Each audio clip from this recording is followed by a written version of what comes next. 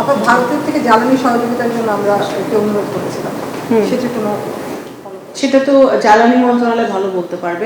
আমরা যতদূর জানি এটা গ্রিন সিগন্যাল আমরা পেয়েছি। ইরানে আমাদের 2000 এরকম আমাদের বাংলাদেশি আছে। তো এখন যদি এমন একটা অবস্থা হয় যে তাদের একটা লাইফ রিস্ক হচ্ছে বা তাদের নিরাপত্তার কোনো সমস্যা, সেই জায়গায় আমরা অবশ্যই তাদেরকে আমাদের মিশন ওখানে কাজ করছে, আমরা তাদেরকে ফিরিয়ে নিয়ে আসবো। ইরানে আমাদের 2000 এরকম আমাদের বাংলাদেশি আছে, তার মধ্যে বেশ কিছু সংখ্যক স্টুডেন্ট আছে। এখন তারা বর্তমানে আজকে যা আমাদের খবর, সেই আজকে পর্যন্ত তারা নিরাপদে আছে, তাদের ওখানে কোনো অনিরাপদ অবস্থায় তারা নেই। এবং আমাদের যে মিশন আছে তেহরানে, তারা কিন্তু তাদের সাথে যোগাযোগের একটা কমিউনিকেশনে তারা সর্বদা আছে।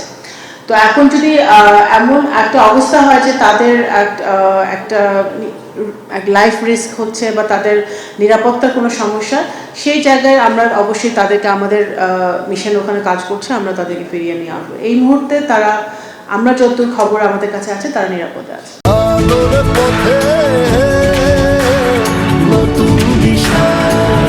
দেখুন, করে আমাদেরকে এই যে দুজন অ্যারেস্ট হয়েছিল আগে, সেই দুজনের ব্যাপারে আমি বলছি, তারা আমাদেরকে দিলে আমরা সেইভাবে আমরা ভারতের সাথে কথা বলবো।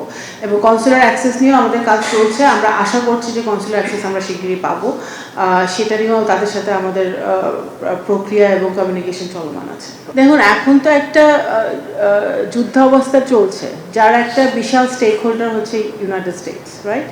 সো এখন একদিকে এটা, আরেকদিকে হচ্ছে চুক্তিটা হয়েছে ইন্টারিম গভর্নমেন্টের সময়।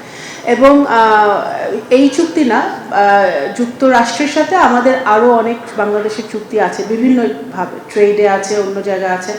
এই সকল চুক্তি নিয়েই বিএনপি বাংলাদেশের অর্থনীতি, বিশেষ করে, কারণ all this agreements with United states, এগুলো বাংলাদেশের ইকোনমিকে ডিরেক্টলি এফেক্ট করে, বাংলাদেশের মানুষকে ডিরেক্টলি এফেক্ট করে, বিশেষ করে আমাদের প্রাইভেট সেক্টর এফেক্ট করে। তো সুতরাং এই প্রত্যেকটা চুক্তি আমাদের বাংলাদেশের স্বার্থ রক্ষা করে আমরা বাস্তবায়নে যাব, এবং বাস্তবায়নে যাওয়ার আগে অবশ্যই এটা নিয়ে আলোচনা হবে। অবশ্যই হবে, পার্লামেন্টে হবে, পার্লামেন্টের বাইরে হবে, আলোচনা হবে, যুক্তরাষ্ট্রের সাথেও যদি আলোচনা করা থাকে সেটাও হবে।